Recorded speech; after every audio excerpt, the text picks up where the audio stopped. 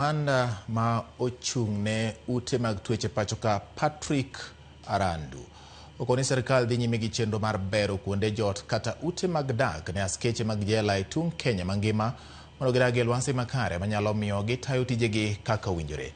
Arandu wacho ni thoth askeche mag jela e ute twech ma pachoka ok ni kod ute mag dak makare, kendo ma en chenro ma piny owacho kete maino mar medo bero utegi mag dak.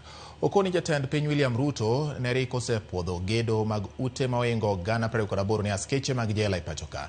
Bedo koni gin kod chenro mar medo bero ute mag twech e piny Kenya mangima, kamoting'o bero ute mag nindo ne jotwech e kind chenro mamoko. Infrastructure within the institution. There are some areas, of course, that require improvement, noting that this area, we have a challenge to do with water.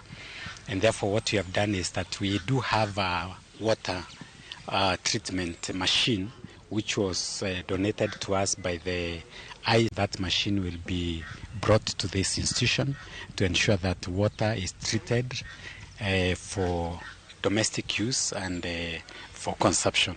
Otmani ngiwakani wagere ne rachwanyo prisons nikech the officer in charge nyocha ok ni office kama ne otiye oken kama dalung office to kaluwore gi tich mara a cover security.